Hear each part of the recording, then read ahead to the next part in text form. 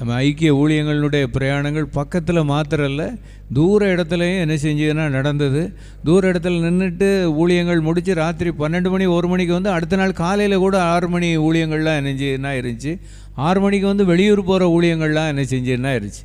ஆனால் ஆண்டவர் அதுக்கு நல்ல ஒரு வழிநடத்தலையும் நல்ல பலனையும் கர்த்தர் ஊழியர்களுக்கு நினைஞ்சார்னா கட்டளையிட்டார். எல்லாம் கரங்களை உயர்த்தி அந்த ஆண்டவருக்கு துதி கனமோய் சேருவதற்கு எல்லாரும் சோதரம் பண்ணுவோமா?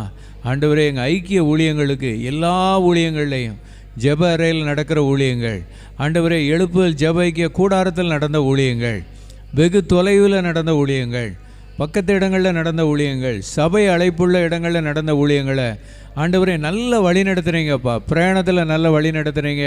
அதற்காக கர்த்தருக்கு ஸ்தோத்திரம் செலுத்துவோம். வாகனங்களில் கர்த்தர் நல்ல வழி நடத்தி நல்ல பலனை தந்தார். ஒருவேளை இரவில் காலதாமதமாகி படுத்தாலும் காலையில் எழும்பி அடுத்த நாள் ஊழிய